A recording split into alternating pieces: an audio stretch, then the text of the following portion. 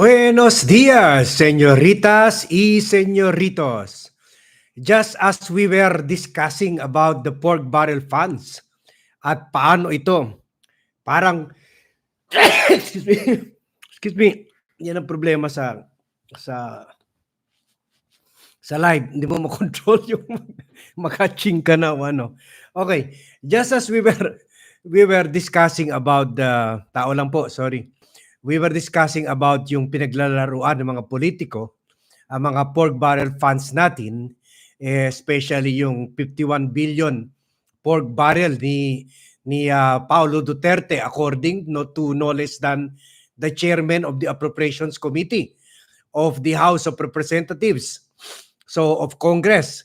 And also ito rin si Pulong na inaamin more than 2 billion ang pork barrel niya, pero tinapyasan ng 2 billion, kaya 500 million na lang. Kawawa naman si Jinggoy, Jose Dionisio at Teresita Ortiz at may kababayan Robert Enisanto, no? Rio Dizon at si Yasmin San Juan. Kawawa naman si Pulong, no? 500 million na lang. Kawawa, si poor guy, kawawa naman, kaawa-awa, no? Di ba, Melcy? Pero syempre, mas kawawa tayo. Pera natin yun eh. So yun, habang pinaglalaruan nila yan, kahit sinabi na yan ng Supreme Court sa ruling nito na unconstitutional ang pork barrel funds.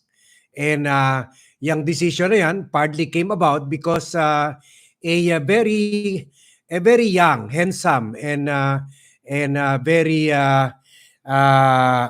very good, good daw, investigative reporter of the Philippine Daily Inquirer, called Armand Dinocum, exposed the pork barrel scam, and he won several awards. All of those awards came from the exposing the pork barrel scam, and so he became the country's first Marshall McLuhan awardee of the highest journalism awardee offered by or sponsored by the Canadian government. That's why we were able to study and give lectures at the University of British Columbia, University of Toronto, and University of Regina in Middle Canada. So, yan. After my expose and the Philippine Daily Inquirer expose, the issue went to court, and the court ruled illegal yan. Kaya inalis na yung, naalala nyo, yung Countrywide Development Fund, CDF, at ang dami rin nakasuhan noon. Ngayon, pinangalanan, PDAF. PDAF. Kalimutan ko na yung kwan. Basta, ngayon, iba na naman pangalan. Ngayon, wala nang pangalan. And yet, dinideny nila meron pork barrel funds. Pero bakit inamin ng chairman mismo ng Committee on Appropriations, si Saldico, ng Ako Bicol? At bakit inamin rin ni Pulong? Sabi pa niya, kung inaalis nyo yan sa akin, I will survive. Yung kantang yun, di ba? Without it. Pero kawawa yung mga constituent ko sa Davao. Ibigay nyo na lang. So, we were just talking about it. And yet, eto na, pumutok yung issue ni Jinggoy. Maybe this is a good reminder na dapat investigahan na ulit yan, mga pork barrel funds. Sayang lang, yung nag-expose niyan sa Philippine Daily Inquirer ay retired na. At syempre, nagba-vlogging na rin. At syempre, nagba-vlogging na lang. Syempre, walang no point of comparison yung back up tayo by the Philippine Daily Inquirer. Ngayon, dito na lang sa vlog. Kahit paano, malakas, at the height of its power, yung Inquirer noon. Kaya, what the Inquirer prints, the whole country jumps. Ganyan Inquirer noon. And I thank God, I was so lucky. I was so lucky to be part of the Philippine Daily Inquirer during the height of its power. So yun, kami po yung nag-expose. Yan, mga awards na yan. And sabi pa ni the late Archbishop Jaime Cardinal Sin, sabi niya, this is yung inawardan rin niya si vlogcaster ng Catholic Mass Media Award or CMMA. Actually, I won 4 awards. The Inquirer Awards, the uh, Grand Slam of awards. You can only win 4 major awards during my time. I won all of that. I won all of that. Catholic Mass Media Award, Marshall Magluhan Fellowship Award, Inquirer Award, and the Jaime Ongpin Award for Investigative Journalism. So, yun nga, because yung paano nila ginagamit at inaabuso yung paggamit ng pork barrel natin. That's why time and time again, bumabalik at bumabalik ito. At ito na naman, as a reminder to us, gaano nilulustay ang budget natin. Ito na naman, yung kaso ni bumalik na naman sa atin, sa consciousness natin. I think this was filed in 2014, itong kaso ni Jinggoy Estrada sa pagtanggap ng pork barrel funds or commission from his pork barrel funds kay Janet Lim Napoles. At nakalusot si Jinggoy sa Plunder. And this is again going to be part of the mystery in the country. Bakit ang lakas-lakas ng kaso na Lusot? Is it because he is part of the majority coalition? Is it because he ran for senator along with his brother si JV under the political party of President Bongbong Marcos? Because i-discuss natin yan. Kahit si Senator Laila de Lima, who was DOJ Secretary din, medyo may pagdududa dyan. Anyari, sabi ni de Lima, anyari. Plunder ang kaso, bakit naging direct bribery and indirect bribery? What kind of animal is that? I thought we filed the case of plunder na life sentences ang plunder. Dito ngayon, of course, sabit pa rin siya sa 9 years sa direct plunder and 6 years. Almost 6 years sa indirect, 9 years sa direct bribery and 6 years sa indirect bribery. So 15 years pa rin kung maging final and executory na yung although pwede pa siya mag-appeal. So pakinggan muna natin yung ANC report about this. And I bring you another Marshall Magluhan Awardee, the 1983 Marshall Magluhan Awardee. Si, ano pa pangalan nito? Si Constantino, Constantino. Yon. She's the 2023 Marshall Magluhan Awardee. Si Cara, hindi rin si Cara David. Basta, I met her. Carmina. I met her sa, when she was awarded, all of us were invited. Of course, hindi wala siyang choice but to invite Armand Dinocum because Armand Dinocum was the first awardee. Sipin nyo yan, first awardee tayo. Imagine nyo yan. Now, she's the 23rd something awardee. No, whatever, hindi naman siguro. Basta 20, less than 20 lang kami. Sila Maria Reza, yung sumulat ngayon ng libro sa yung about Estrada, about EJK. Konti lang. Jerry Lirio ng Philippine Daily Inquirer. Christian Esguerra, yes. Christian Esguerra, kaya magaling yan si Christian Esguerra. Awardee rin yan. Basta konti lang kami. Mabibilang mo lang sa daliri. Si Ellen Tordesillas ng Vera Files. Yes. Kaya hanggang ngayon, laban pa rin si Ellen. Ha? Yan. Yan. Okay, let's play it. And thank you, ANC, for this video. Philippine Senator Jinggoy Estrada becomes the latest politician to be acquitted in his Plunder case in the pork barrel scam. But the Philippine Anti-Graft Court found him guilty of bribery. Let's get more details from ABS. Victoria, what more can you tell us? Carmina not guilty. This was the ruling handed down by the Sandigan Bayan 5th Division on Senator Jinggoy Estrada's plunder case in connection with the alleged misuse of his Priority Development Assistance Fund or PDAF. He is, however, guilty of one count of direct bribery penalized under the revised penal code and is thus sentenced to a minimum of 8 years up to a maximum of 9 years and 4 months of imprisonment.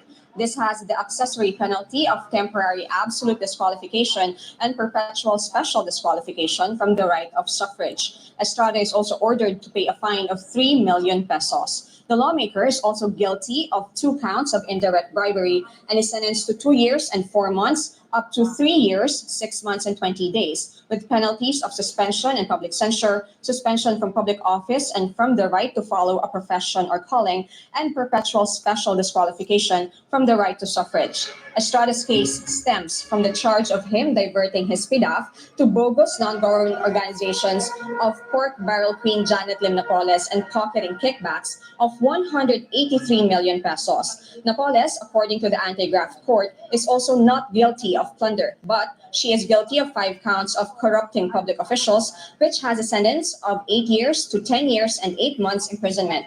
She needs to pay a fine of more than 29.6 million pesos. Napoles is also guilty beyond reasonable doubt of 2 counts of corruption of public officials, which has a sentence of 2 years and 4 months to 4 years, 9 months, and 10 days. She again needs to pay a fine, this time amounting to more than 262 million pesos with 6% annual interest. Napoles was not present in the hearing. The other co-accused in Estrada's case, his former Deputy Chief of Staff, Pauline Therese Mary Labayan, and John Raymond de Asis, Napoles' driver and messenger, who was designated as president of one of her NGOs, were issued an alias warrant of arrest since they continue to remain at large. According to the decision, Labayan primarily benefited from Estrada's PDAF and transactions with Napoles. Despite the convictions, attorney Alexis Abastilla Suarez, Estrada's lawyer, still considers the ruling as a win because the lawmaker was exonerated for plunder.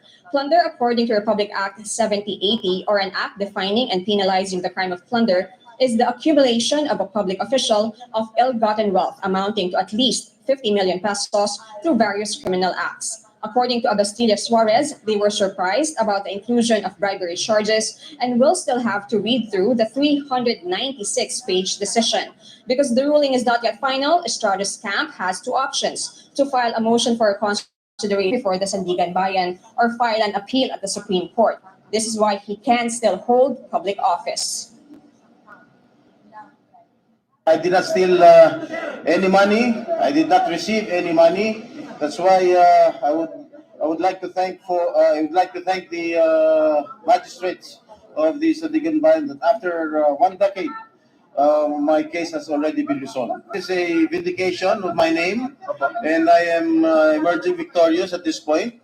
But as to the conviction of the direct and indirect bribery, I am not a lawyer. I haven't read the decision, but I am so surprised since based on the information sheet, there was no bribery or indirect or direct bribery filed in the information sheet. It is only the case of plunder, and I have been already acquitted. I have been exonerated of plunder, and I will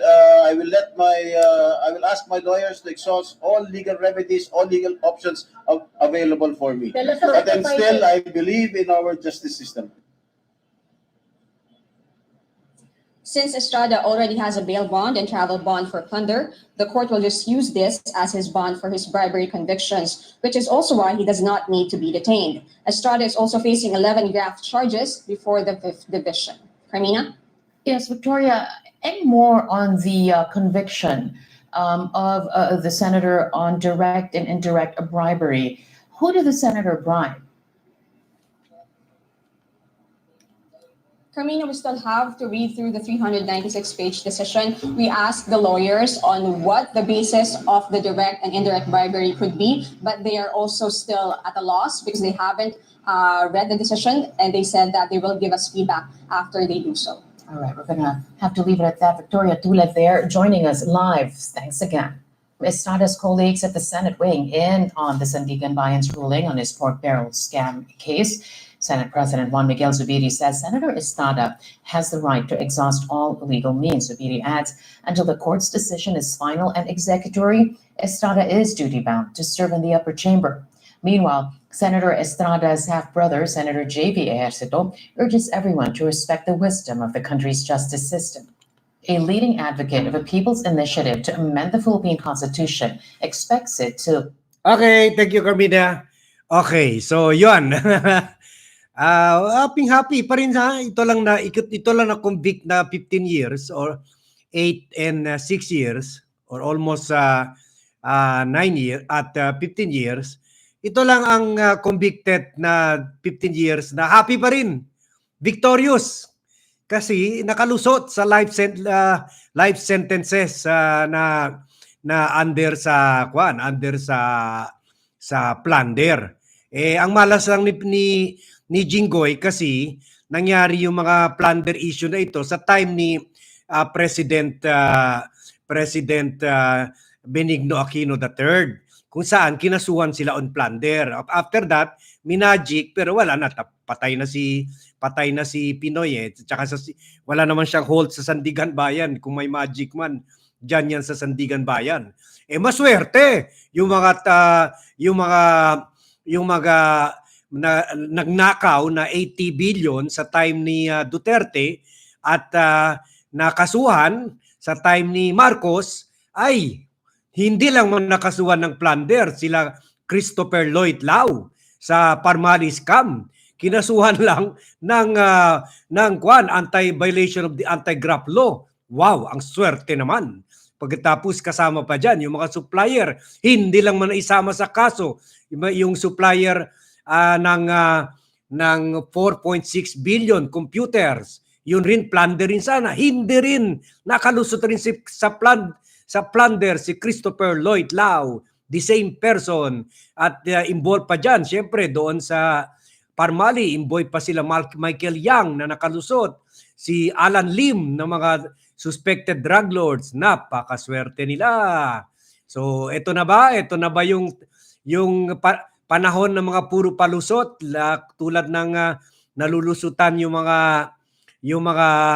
or dinidismiss yung mga kaso laban sa mga Marcoses. Ngayon na tanggal rin yung Plunder or wala daw ebidensya sabi sa Plunder kay Jinggoy. Kaya kahit hindi yung nakasulat sa kaso na direct and indirect bribery, isinaksak na lang siguro to justify or pagparabigyan ng lusot si Jinggoy. O sige, lighter na lang, ganon.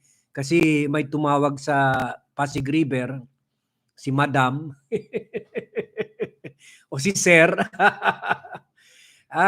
So we can be sure,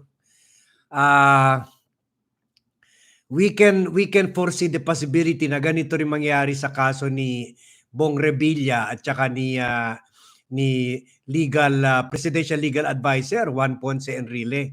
Makakalusot rin sa Plunder at ma-convict for indirect and direct bribery or any legal magic that they can think of gagawin nila para makalusot.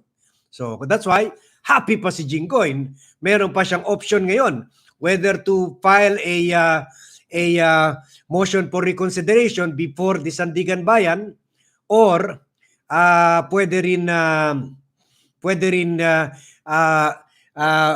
humingi siya ng relief from the Supreme Court. Yan, ano bang gagawin niya diyan? Saan ba mas affordable kung sa isang court 50 billion lang makuha, 200 million ito sa isang court, kaya baka 300 million. Sino kaya mas mura? Magkuan pa siya, retail pa, no? Mag-retail pa sa mga corrupt sa mga justice system natin. Kaya si Romy Dimero, sabi niya, I support the BAT's move against graft and corruption and reform in government. That's why nagpadala siya ng support sa VAT team for the continuing advocacy for anti-graft advocacy ni VAT and electoral reform advocacy. Yon. Thank you. Thank you very much, Romy Dimero. Really appreciate that. So yun guys, lusot na sa 396 page ng 5th Division ng Sandigan Bayan, si Senator Jinggoy Estrada. Guilty siya sa 1 count of direct bribery and 2 counts of indirect bribery. At tulad ng sinabi natin, 15 years ito, up to 15 years. And pakailang dito, in reacting to this, medyo nagulat si former Senator Leila de Lima na siya yung Justice Secretary nung kinasuhan niya mga ito. At ng Plunder. Sabi niya, malakas naman ang kaso namin. Pero curious daw siya, bakit daw sabi ng Sandigan Bayan, insufficient or kulang ang kuwan nila. Kulang pa ba? Meron ka mga bank accounts na napunta talaga kay Senator Jinggoy. Ang sabi naman ng korte,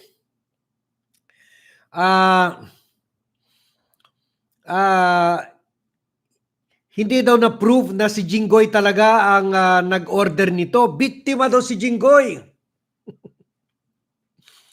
Grabe nga naman, no? Paano tinatumbling-tumbling yung mga istorya ng mga kwan natin, ng mga politiko at saka mga court officials para lang mapagbigyan yung mga bata nila. Biktima daw si Jinggoy dito sa kaso involving the pocketing of 183.79 million pesos.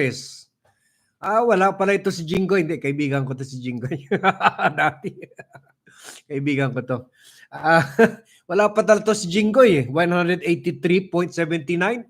Sabi ni Juan Paulo Duterte, bobo! Tanga! Nagpakulong ka sa 183.79 million? Bobo! Wala ka sa 51 billion ko. Kwan lang yan. Toothpick lang yan sa akin. Toothpick. 183.79 million? Wala. Wala yan. Isang kwan lang yan. Isang buwan lang yan. Wala. Talo rin nga ito. Hindi rin ito malayo sa 650 million confidential funds ni Vice President Sara Duterte. So, yun. Talo pa rin. Talo pa rin. So, sabi ni Laila, paano naman nangyari ito kasi sabi ng korte, biktima daw si Jinggoy, hindi daw niya alam na yung staff niya, and sadly yung staff niya, kaya dito na kayo kay Vlogcaster si Jinggoy, kaibigan ko, yung staff niya na sinabi kumita daw, na si Pauline Labayen, nandun daw yun sa US ngayon Wala na yun dito, tumakbo na yun sa US bago pa na-file yung kaso. Yung staff niya, si Pauline Labayen, na dating journalista, Bituin Quinto, thank you very much for the support sa VAT team. Dating journalista yun, Bituin Quinto. Dating journalista yun, si Pauline Labayen, pero naging ginawang staff ni Jinggoy. At yung messenger niya, daw niya at staff, ang nagluto lahat nito, kasama sila,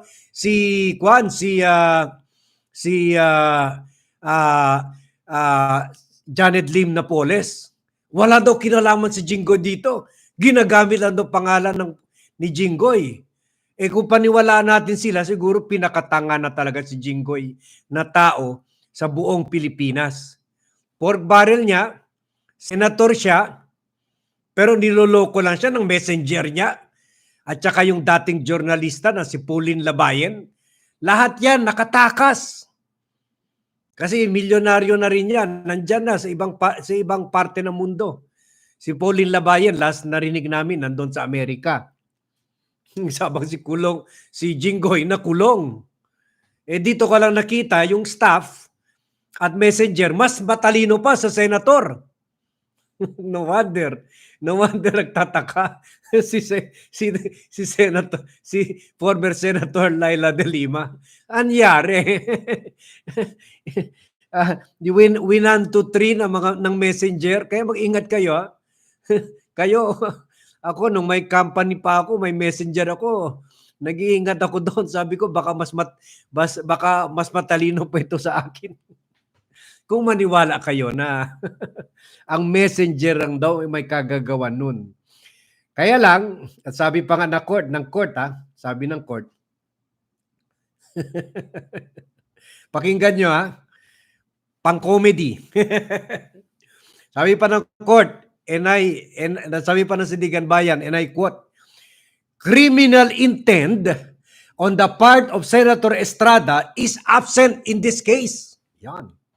Although he may be negligent for not monitoring his PDAF, Labayan's involvement in its diversion is incontrovertible.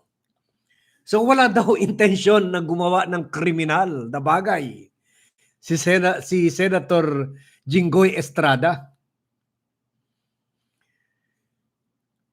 Ang kasalanan lang daw niya, yung pabaya niya na hindi niya minomonitor yung PDAF niya.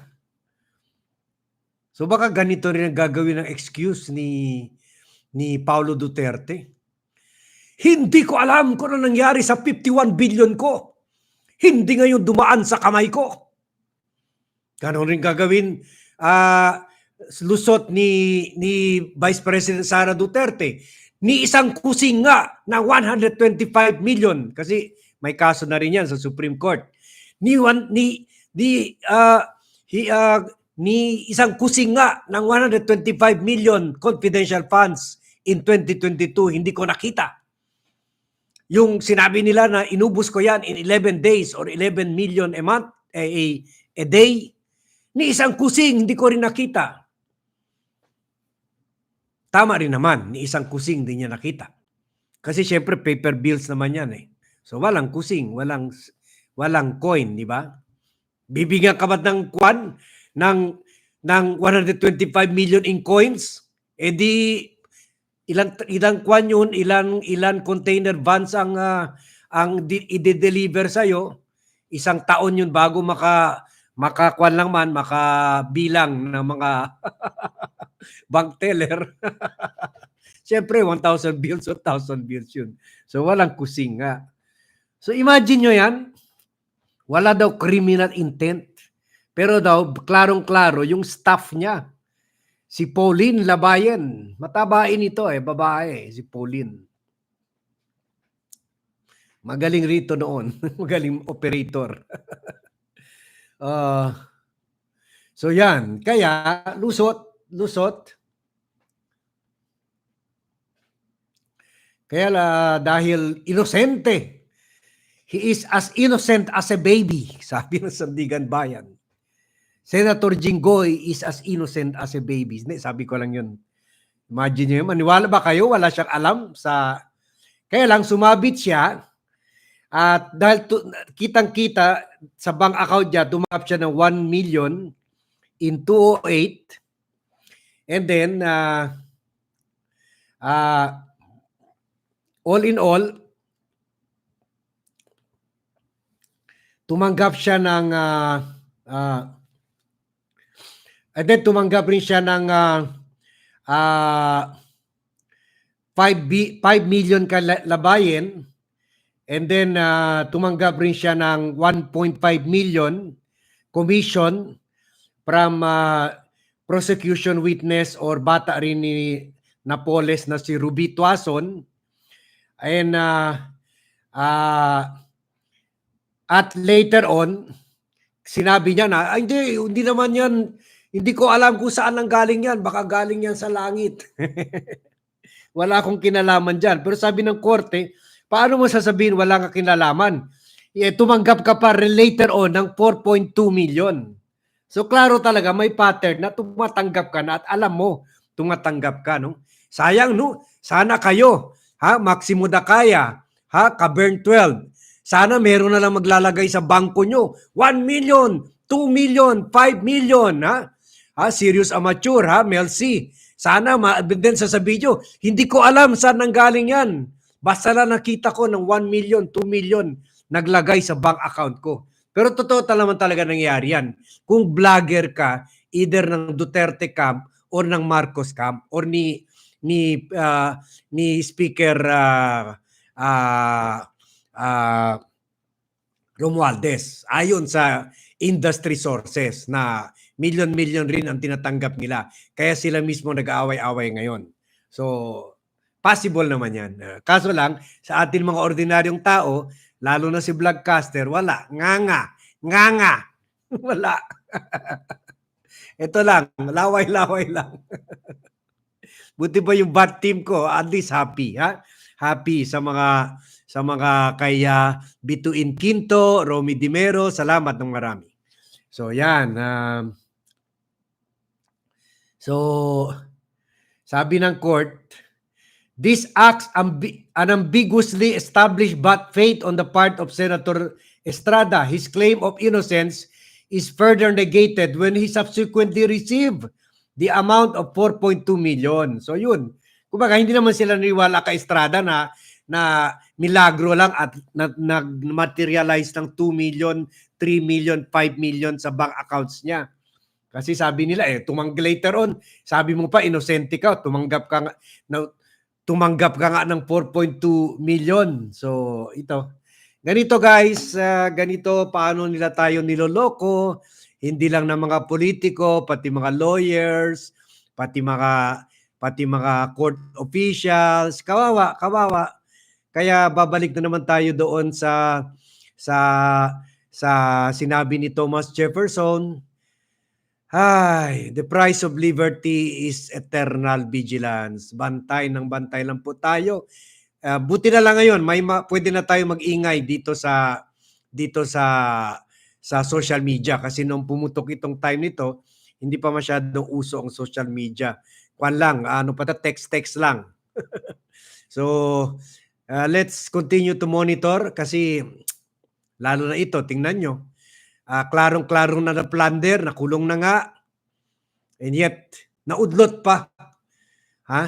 Naging indirect bribery and direct bribery according sa mga gagaling na lawyers dyan sa Sandigan Bayan. So hanggang dito lang muna tayo guys. This is just the initial discussion on this issue and we will give you further updates lalo na yung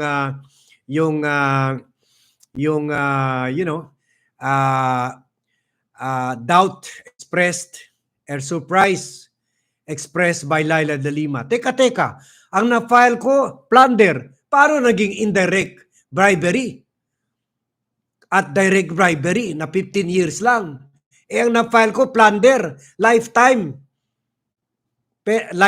and sentence. Life sentence.